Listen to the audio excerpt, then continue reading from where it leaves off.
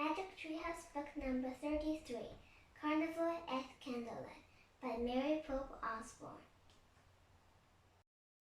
Chapter 1, A Book of Magic. Dan was breaking in the Frog Creek woods. Jack saw a light shining up ahead. He ran toward it. He ran so fast, he could hear his feet hitting the ground. He could feel the frosty winter air. As Jack got closer to the light, he could see the magic treehouse at the top of the tallest oak. A girl and a boy were looking at the window. The girl had dark wavy hair and sea blue eyes. The boy had total red hair and a big grin on his face. As the two kids waved at him, Jack felt incredibly happy. "Jack, wake up!" Jack opened his eyes. His sister, Annie, was standing beside his bed. She was wearing her winter jacket. It was barely light outside. "I just had a dream about the treehouse," she said. "Really?" said Jack sleepily. "I dreamed we were running through the woods at dawn," said Annie, "and when we got to the treehouse, Daddy and Kathleen were there waiting for us." Jack sat up. "I just had the same dream," he said. "Meet you downstairs," said Annie. Annie left Jack's room. Jack jumped out of the bed, put on his glasses, and threw on his clothes. He grabbed the winter jacket and his backpack. Then he slipped quietly down the stairs and out the front door. Annie was waiting on the porch. The February air was chilly. Frogs sparkled in the grass as the sun rose over Frog Creek woods. "Ready?" asked Annie. Jack nodded and zipped his jacket. Without another word, he and Annie hurried up the street and headed into the woods. They ran through the long shadows of the early morning, between the bare winter trees. Then they stopped. The treehouse was back, just as Jack seen in his dream. It was the high, tallest oak tree, shining in the cold morning light. "Wow," breathed Jack. "Dreams can come true." "Yep," said Annie. "Daddy, Kathleen," no one answered. "I guess only part of this dream came true," said Annie sadly. She grabbed the rope ladder and started up. Jack followed. Annie climbed into the treehouse. "Oh, wow," she said. "What is there?" said Jack. "They're here," said Annie in a loud whisper. Jack climbed in behind her. Their friends Teddy and Kathleen and Pretty to Morton Le Fay were sitting under the treehouse window. Wrapped in heavy woolen cloaks, they were both fast asleep. "Hey, sleepyheads," said Annie. "Wake up." Kathleen blinked and yawned. Teddy rubbed his eyes. When he saw Jack and Annie, he gave them a wide grin and leapt to his feet. "Hello," he said. "Hello," cried Annie. She threw her arms around Teddy. "We both dreamed you were here." "Ah, then our magic worked," said Teddy. "Kathleen suggests we send dreams to let you know we're here, and it seems our magic sent us to dreamland as well."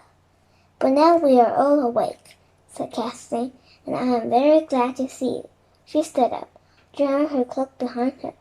Her blue eyes sparkled like seawater in the downlight. "I'm glad to see you too," said Jack shyly. "Are you taking us on another Merlin mission?" said Annie. "Not exactly," said Teddy. "Merlin has a most important mission for you, but this time we will not be going alone." "Oh no," said Annie. "What if we need your help?" Teddy and Kathleen looked at each other and smiled. Then Kathleen turned back to Jack and Annie. "Morgan thinks you may be ready to use magic on your own," she said. "Really?" said Jack. "Yes," said Teddy, "but Merlin is very cautious about sharing magic powers with mortals, even with two as worse as you. He is also wary of magic being used outside through the name of Camelot. Nevertheless, Morgan is convinced Merlin to let you prove yourselves. You will be tested on 4 missions, but we don't know anything," said Jack. "Remember I told you on our last adventure," said Teddy, "if we all work together, anything's possible," said Annie. "But you just said you weren't coming with us." "That is true," said Kathleen, "and that is why we bring you this." She reached into a pocket of her cloak and pulled out a small handmade mug. She gave the book to Annie. The cover of the book was made of rough brown paper. Written on the neat, simple handwriting was the title. "You made this for us?" said Annie. "Yes," said Kathleen. "One of each rhyme is in Teddy's language, and one is in mine, the language of seal people." Annie opened the book to the table of contents. She and Jack skimmed the list of rhymes, and Jack read some of the entries aloud. "Fly through the air, make meadows soft, turn into ducks." Annie giggled. "These are so cool," she said. "Let's all turn into ducks." "Not now," said Kathleen. "You must use these rhymes very sparingly.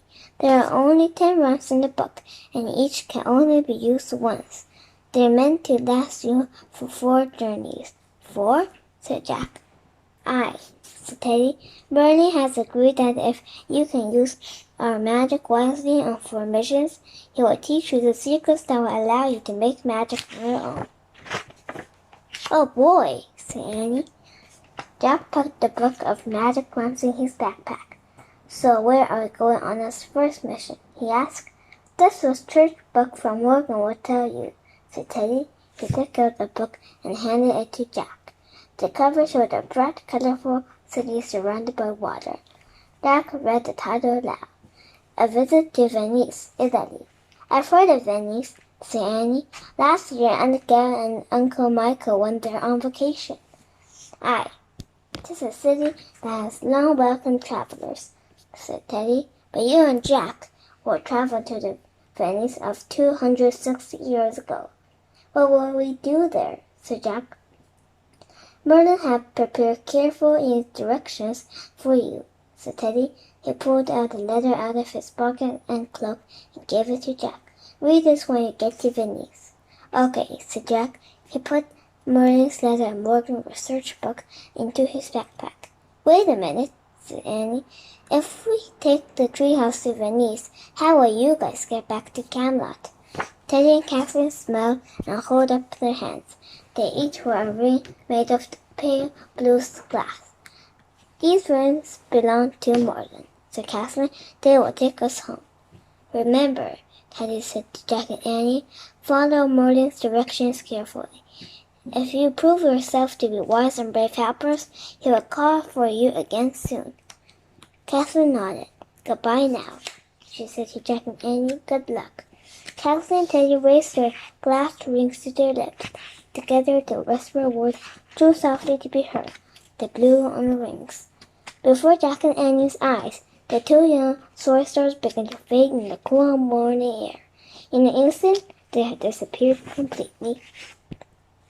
"They're gone," breathed Jack. "I guess it's time for us to go too," said Annie. Jack took a deep breath. Then he pointed at the cover of the Venice book. "I wish we could go there," he said. The wind started to blow. The tree had started to spin. It spun faster and faster. Then everything was still. Absolutely still.